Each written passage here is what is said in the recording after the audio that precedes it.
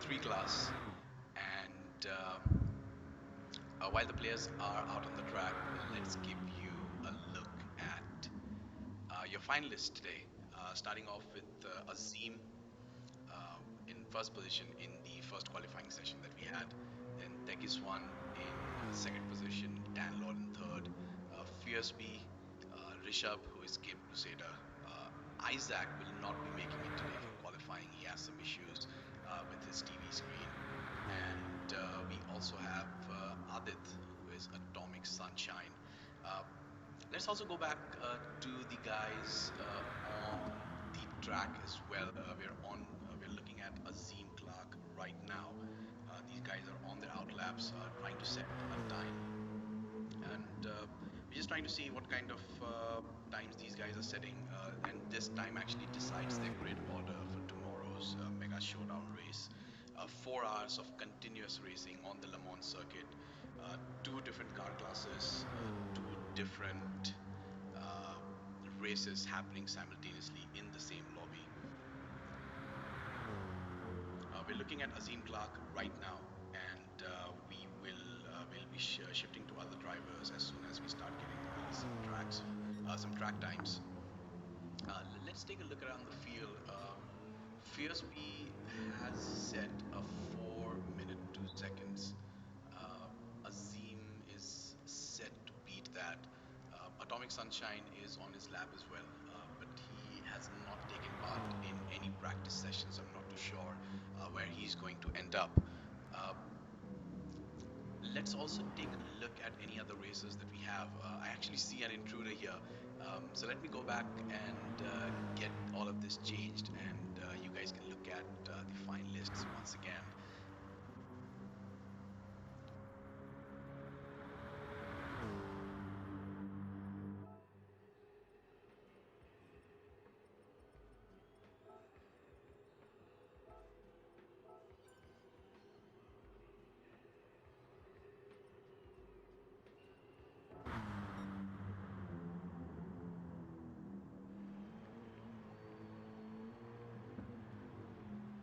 Okay then, back onto the track with Atomic Sunshine. Has 1 second penalty, and that just means he's not going to be able to set a time himself. Azim Clark is at a 3 minutes 58, and I think a good time for these guys to be setting is going to be around 3 minute 56. So expect these times to go up as time progresses. Uh, the people to watch out for, obviously, Tegiswan. He has been doing really well in the practice sessions, so I'm expecting him to be on the top of the field. Azim Clark is also pretty quick. He has been a teammate of mine for a very long time in the esport events for the Wild Monk series that we had. So I'm expecting him to set blistering times as well, and he's up by about half a second on his current time, so he should be able to enter into the 357s. But still, a lot of time to gain for these guys. Uh, let's actually go on board Azim and look at kind of inputs that he's providing. Takes that second chicane pretty nicely, and he's up about 9 tenths on his current time. So yeah, he's gonna comfortably make it through to like low 357s. He might be able to go into the 356s as well, and this is going to have the other drivers scared because they need to be able to match those times. Just remember, this is going to be a 4 hour race tomorrow. So if you're off by about 2 seconds, you're gonna get lapped very easily by the guy in front of you. So yeah, these guys, it's kind of like a practice session for them. It's also a qualifying session, 30-minute qualifying session, no tire, no fuel wear, and these guys are going to be at it every single lap. While I say that, Cape Crusader is also about to set a time. He's not set a good time as of yet. Um, Tegiswan is on his push lap as well. Atomic Sunshine is about 10 seconds off the pace of Azim Clark. So let's just see what happens over here. Um, Azim is he's just done with I think he's done with Indianapolis. So he's going on to the back straight as well. Uh, I think Azim is set to beat the time he set very easily. I think he can easily go to like a high 356 if he does not make any more mistakes. Again, let's just jump on board. Look at his inputs and how he goes through about with the lap. Very tricky section over here. You need to be very precise with your steering inputs. And look at that, Azim has lost a lot of time. Where did that happen? He was about a second up on his current time, and then he just lost all of that. Uh, I'm not sure. Maybe he made a mistake that we didn't catch, but that's how this track is. You make a simple error, you go off track, and then the entire lap time that you've set comes crashing down. Uh, so we'll stay with Azim for a little bit. Let's watch him take the last chicane, power through the exit on the start finish straight. He does a 402.9, which is really bad compared to the time that he said, but he's gonna have another go. Remember, no tire usage, no fuel usage. These guys will be at it throughout the entire session. Taking the first chicane, properly not cutting it, because if you do cut this, if you do cut corners on this track, the game will punish you with a handful of penalty times. And the problem over here is that it's very easy to make a mistake, especially in the last sector, get a penalty, and as I say that, he is out 1/10 up on his current time. Now onto the Mulsanne straight. This is where you let the car open up, let it catch its top speed, and get as quick as possible and make up some time over here.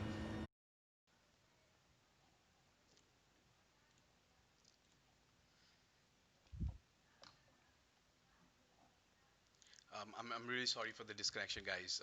We're still trying to fix a few things on the stream, but we should be back up and running in just a moment.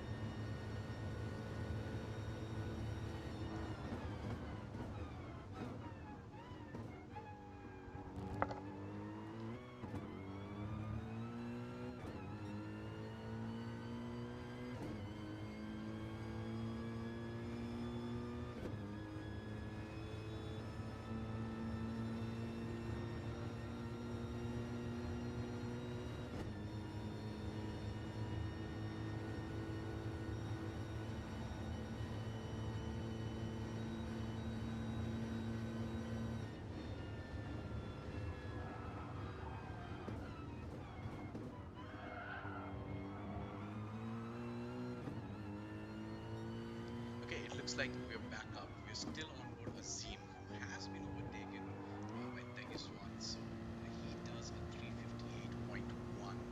But obviously, these guys can go a lot more faster than this time. We'll just keep looking at Tegis one for now. That beautiful matte black livery, some yellow accents. The car just looks amazing on this track. We'll just stay on with him, see how he's progressing with his lap. And Azim is about 3/10 behind him. So I think Azim still has some time to catch up. But for now, let me just remind you once again of your finalists who are taking part in this qualifying session. For now, we actually do not have Isaac with us. He has some issues with his television set, and it looks difficult that he's going to take part in the race tomorrow as well. But again, apart from him, we have Azim, we have Tegiswan. Uh, Dan Lord is unable to take part right now. Fierce we have him on track, and Atomic Sunshine and Cape Crusader. Let's go back into the heart of the action. Azim has cut down the lead over Tegiswan Bear, and it's just about 1/10 right now. Uh, Fierce is, I wouldn't say hot on the heels of Azim, but I know he has the pace to get up and close to him. And there's the nice little gap between Cape Crusader and Fierce as well as of about 4/10, which I think is going to be pretty interesting during the race as well, because obviously as the race progresses tomorrow, these guys will get divided into small packets, obviously, because you tend to stay closer to the guy race. Uh, so yeah, I'm expecting some good battles between Fiersby and Grape Crusader. Atomic Sunshine, he has not been taking part in practice sessions, but do not discount him. He is a quick guy. He just needs some time to get up to speed, and then he should be able to get everything done. Uh, but going back to our leader, Tegiswan, uh, let's jump on board with him throughout this final few sectors. Nice. There's a high speed that he's carrying. Breaks gently and chucks that car into the corner. You have to remember these are Group 3 cars, so not much downforce as compared to the Group 1 cars. But look at that, he's about 5 tenths up on his time, so 357 is definitely incoming. Staying to the inside of the track, chucks it in, does that corner just a little bit by not going exit, by not going wide onto the exit, because if you go wide, the game gives you about a 1.5 second penalty, and that just ruins your entire lap. Braking in time just before the pit marker over there, chucking the car to the left, and then onto the final chicane, and now he can just power down to the start finish straight at 357.6. That is a very, very, very fast time coming in from Tegiswan. But again, don't discount this man. He might have a penalty right now in that absolutely beautiful black AMG. Let's go up and close with him. Uh, he's the one who should be able to match or even beat Tegiswan time, but he has to be on the top of his game all the time. Uh, let's stay with Azim. Let's look at what he's doing out on the track. Let's enjoy the scene, and I'll give a friendly reminder to our racers about the time that is remaining from now.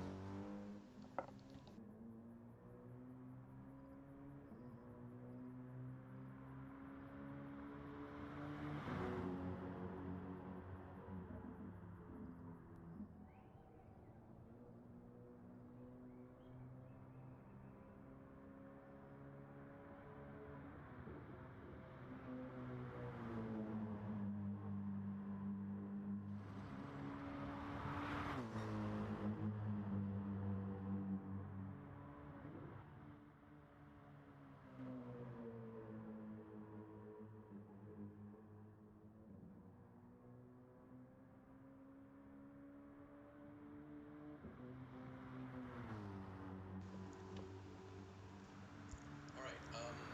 So I think Azim is going to forego this lap for sure, and it's going to push on the next lap again.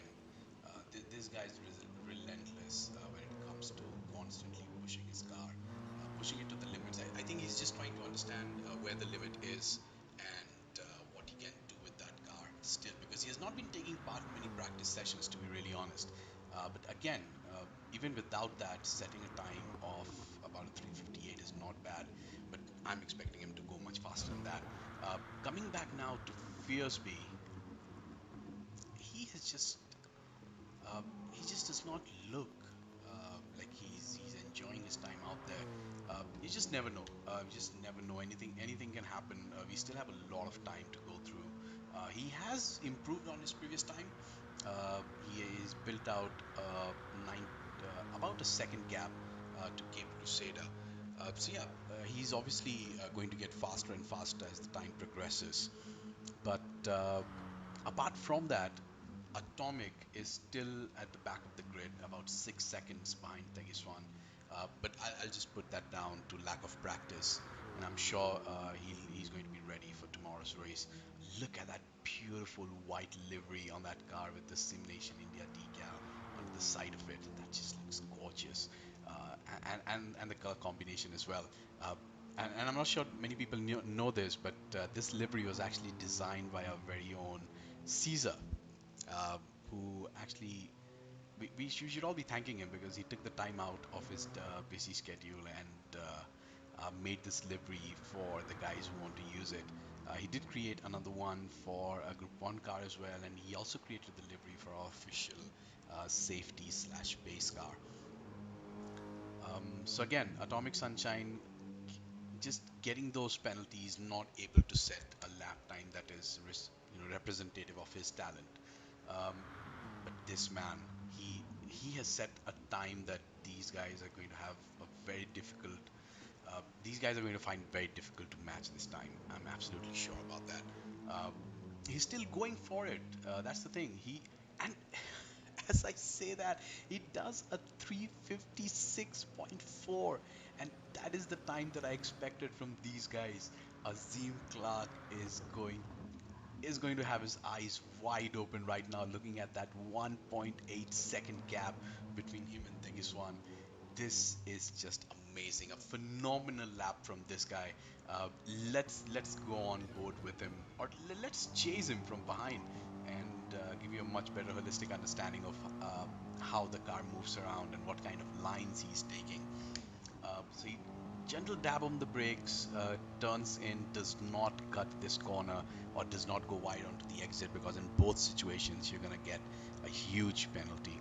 Uh, so yeah, he's not doing that. He's keeping it clean between the lines, trying to scrub as less speed as possible.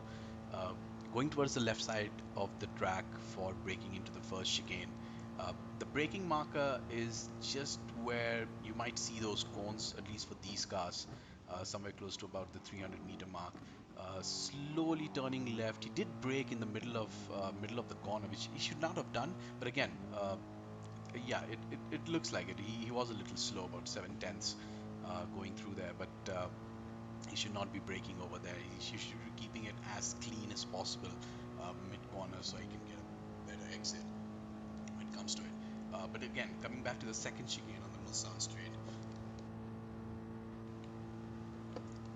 braking in time, turning in left, cutting just a little bit of the track. I'm not too sure. He might get a penalty for that, but maybe he doesn't. Uh, gets a good exit. I mean, he improves on his time, but because he lost so much time in the first sector, it's going to be difficult for him to match that. Um, and this section is just pure unadulterated speed. Just go full on all the time. Braking as soon as you see that apex onto the corner, cutting this corner nicely. You don't want to go too deep into that, because then he's gaining time. He gained about 2 tenths, but again, because he was slower in the first sector, it's going to be difficult to make up that time. But coming back to the previous corner, yes, you can cut the corner just a little bit, but because there are so many ball outs on there, if you hit even one of them, it just slows down your car massively. And Indianapolis is a tricky section as well. He gets this absolutely right, goes onto the inside of the track, powers onto the exit, uh, going up to the braking zone. Again, he makes up about 2 tenths, and it looks like he's a little slow over here. So maybe this is where he can gain some time as well. Uh, but judging by what he's done, he's gained about, I think, about 5 tenths easily by the time that I'm looking at him. So if he's able to put together a strong lap, a 355, I don't think a 355 is far away from him. Uh, yeah, and I fully expect him to go to that 355 as well. But again, Azim, he's just stuck here. I just felt that Azim could have gotten much more closer to Tegiswan, and it's just not happening. He's getting his braking points right, but uh, yeah, he's braking in the middle of the corner, and that is something that you should not be doing. It just takes away all the speed that you've carried in the entry. Uh, he's setting a purple sector, so maybe, just maybe, he should be able to reach Tegiswan's time. So, and that goes to show that with even with these slower corner speeds, these guys are setting 356s. So I think a 355 is definitely on the cards for these guys. Um, Azim has a little bit of slide going in, but again manages to catch it, goes through, gets the power down, gets the exit. We're gonna stay with Azim on this one, because it looks like if he can stitch the lap, the next sectors properly, he should be able to beat Tegiswan's time. Uh, from what it looks like, he should be able to do that. So let's just stay with him. Uh, Indianapolis, he's pretty good over there. Like gentle braking while turning in, but gets close to the apex, and that's what it is. You get close to that apex, and even if you cut it just a little bit, the game decides to give you that penalty. And the guy who's been setting purple sectors all around, if he has to stop and let this half a second penalty go, and that just means ruining the entire lap. And that's the difference on this lap, because anything can happen. You get a small penalty and you have to like serve it all the time. Uh, as you saw, Zine just slowed down, let the penalty by, but then he's lost a lot of time coming through it. So he's just now about 6 tenths up on his personal time. Before that, he was setting the session best times. So yeah, this has not turned out to be a good lap for him just yet. But there's still some time to go, and these guys are going to be at it again and again with every single lap.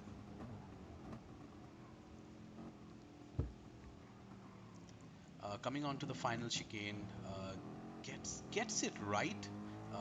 I don't think he'll get a penalty for that one, but again, because he's letting go of all those penalties, it's just going to be so slow for him. But expect him to do well. Let's just stay with Azim for this lap again and see what he's doing. He brakes well, lets the car slows down, chucks it into the left hand side, on the right hand side, goes just a little bit wide onto the AstroTurf, and that is something that you should not be doing. It just unsettles the car, and and to add insult to injury, the game sometimes actually gives you a penalty for doing that. It looks like he might be able to recover from that. It's a long track. He's about 2 tenths down on his personal time, but this is where the fun begins. If he can stitch together the next few corners until about sector 4, he should be able to reduce that gap to Tegiswan massively. Let's stay with him. Let's look at what he's doing. And in the meantime, I'll let the racers know that we only have about, uh, I think, only have about 6 or 7 odd minutes for the qualification to end.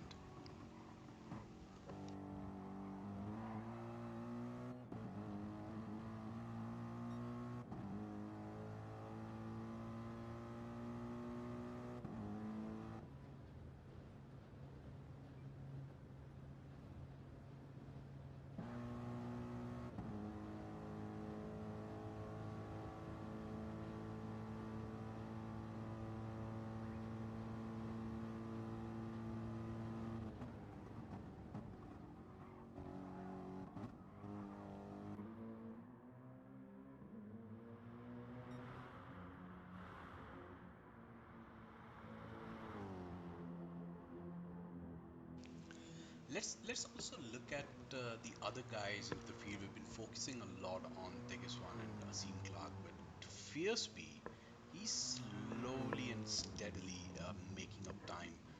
He's about 7 tenths down on Azim Clark's time right now. Cape Crusader is about 7 tenths down on Fierceby's time, and Atomic Sunshine, he's about 1.9 seconds down. But if you remember, he was about 3 or odd seconds from Cape Crusader, and I think he's going to set a good time. Yes, he does. Uh, he just moved up one position again, and look at that gap between Cape Crusader and Atomic Sunshine, about 8 hundredths of a second between those guys. So yeah, Adit, who's Atomic, I think he's finally found his groove. He understands where the track limits are, where he can push, and what kind of corners he can take. Let's stay with him for some time. Let's look at what he's doing in that beautiful, beautiful car, and what kind of time he's going to be setting in. Um, the first sector is coming to a close. He's about 2 hundredths of a second down on his time, which is not bad. But I think he has been making mistakes on other sections as well. So it's going to be interesting to see where he actually makes up the time. Uh, there's no slipstream for him. I mean, there's slipstream out in the lobby, so if you are behind a car, you will get the added benefit of it. But he does not have anyone in front of him. He's punching through the air on his own merit. Uh, let's see what kind of time he gets while coming out of the first chicane. So he is about 2 tenths up on his time. A couple more sectors like this, and he's going to be beating Fierce, Be Fair, and Square. But don't discount this guy as well. He is going to go faster. So let's just take a look at the kind of times that he's setting. I think he's going. Is he? I feel like he's going a little too slow, but maybe it just looks that way. Yeah, he is going slow. He's about 15 seconds down. So I'm not too sure what's happening with Fiersby. But coming back to Atomic Sunshine, he again puts a personal best, uh, and he's about 1/10 down. So I think he lost some time on the second chicane. But yeah, that's where this is. You can gain some time here, you can lose some time over there, and because this track is so long, it's easy to get some parts right and then just miss out on the other parts. But Adit just goes just slightly wide, but I think he manages to keep the speed with him. He's still maintaining that 1/10 up on his personal time, but that is not going to be enough for him to beat Fiersby. Uh, Looking at Azim, he's still about 1.8 seconds behind Tegiswan. He's coming up to, I think, the first chicane. So let's see what kind of sector times he's setting. Uh, we'll just get a prompt on the screen once that happens. So I think Fierceby moved out of the way. I don't think he came in the way of Azim, uh, and he's about 1/10 up on his current time, which I don't think is going to work out for him. But essentially, I mean, he is losing a lot of time towards the end of the track, so we might have to come back to him once again and see what he does over there. But this man, look at that time, look at that 356.493. His sector times are about to come up as well, and he's about to end this lap in about 3 corners now. So let's just see if he's able to improve on his current time, which I'm not too sure. I think he's slowed down, maybe preparing for a push lap. Uh, Coming up before the final chicane, brakes hard, gets the car to turn, and then starts to accelerate, uh, getting onto the bar as soon as possible. So yeah, he did slow down. So I think this is going to be his final push lap. And I'll let the other drivers know that this is going to be their final lap as well.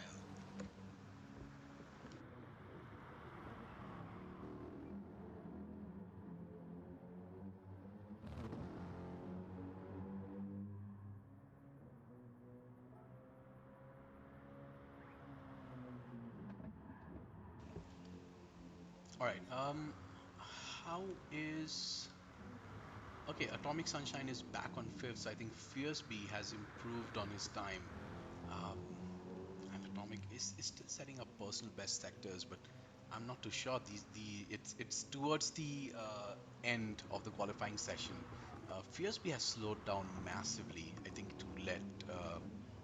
it was to let Azim by, but yeah, he's going to be pushing as well because obviously the lap that they start after this is going to be the final lap for these guys. Adit is still setting a personal best for himself, so I'm not too sure how far up the field he can get. Uh, but remember, we still have two guys who have not taken part in the qualifying session, so it might just work out for him over here. He's about 2.9 seconds behind Tegiswan, who's going to be the leader of the Group 3 pack, unless something dramatic happens over here, which can only happen if this guy, Azim Clark, uh, can just put together a belter of a lap. He's about uh, he's about to come and finish his lap. So let's just see. I think it's a little slower this time around. He's coming up to the final chicane. It's already a 3:52 right now. So yeah, he won't be beating Tegiswan's time. But again, a last attempt for him. He is up by 5/10 on his time. So yeah, he's gaining confidence. He can go much faster. He knows that, and Tegiswan is also setting personal bests again. I'm not too sure. I think there's a 350. I spoke about this earlier. It's 355 is definitely possible. Um, and he can do that. I feel like he can do that. As I'm not gonna put the commentator's curse on him. We'll just let him drive. Let's enjoy the track. Let's enjoy Tegiswan driving on it, and keep our fingers crossed that he reaches that 355 mark.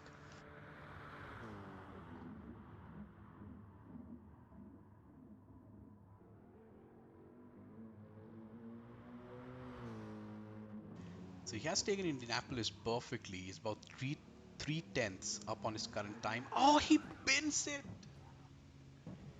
No. What have you done, Teguson? You were doing so well.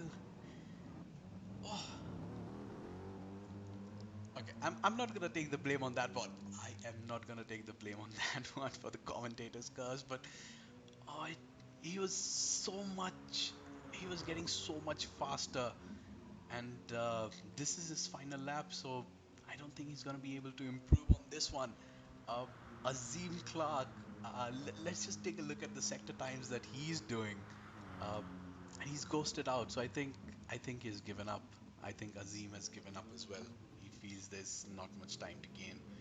Um, Cape Crusader, let's see what kind of sector times he's setting in. Yeah, see, he's down on his time as well. Adit is about to finish his lap as well, his final lap, and he goes wide on the exits. That means he's gonna get a penalty. He's definitely gonna get a penalty. Yes, he does. He gets a 1 second penalty, and every hope of actually getting a good time just goes away as soon as you get that penalty. Uh, Fierceby is done. He's standing on the start finish straight. Atomic Sunshine is done as well. Tegiswan has completed his lap. He did not better his previous time. Azim Clark looks like he's done. Cape Crusader is done as well. So these guys have parked their cars. They're just looking to take a snapshot of the times that they have sent so we can analyze and then decide the grid order for tomorrow. From what it looks like, Tegison is going to be leading the Group 3 pack, which I think is absolutely massive. Um, he's one of the newest members of this entire group, and the pace that he has shown uh, so I raced against him on the Toyota event, and he's shown some brilliant paces over there as well in qualifying and in the race as well. And he gets to start at the front of the pack, and Asim is just going to let his car by. He's just not going to drive anymore. So Asim starts P2. Caped Crusader, he's also a new member of our group. He starts P3. Fierceby, it's kind of like a surprise. I thought he's gonna do much better than that. And Atomic Sunshine in fifth position, but given the fact that he actually could not practice at all, um, I was able to set a few laps. I think he went back into the pits. The best he did was a 359.438. Fierceby's best lap was a 359.035. Cape Crusader was a 358.537. Azim was a 357.706. And Tegiswan, our man over here, the 356.493. And I think he could have done a 355. He could have definitely done a 355. So yeah, he's going to be beating himself up for not getting that time. But again, he gets the pole position for the Group 3 category. He'll be leading those cars into the start finish straight to start the race. And this is going to be absolutely massive for him. For everyone who tuned in, thank you so much for your time.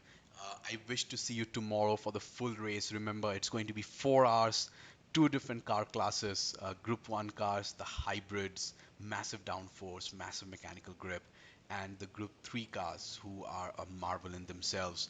So, two separate car classes, two separate races happening on the track at the same time for 4 hours straight. It is going to be an action-packed event. Uh, for now, it's me, Abhishek, signing off. We will have another commentary team tomorrow, and I'll have some of my friends joining in.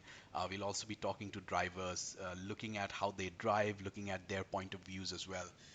So subscribe to the channel. Click the notification icon to be notified once we go live for tomorrow's race. And thank you again for your time.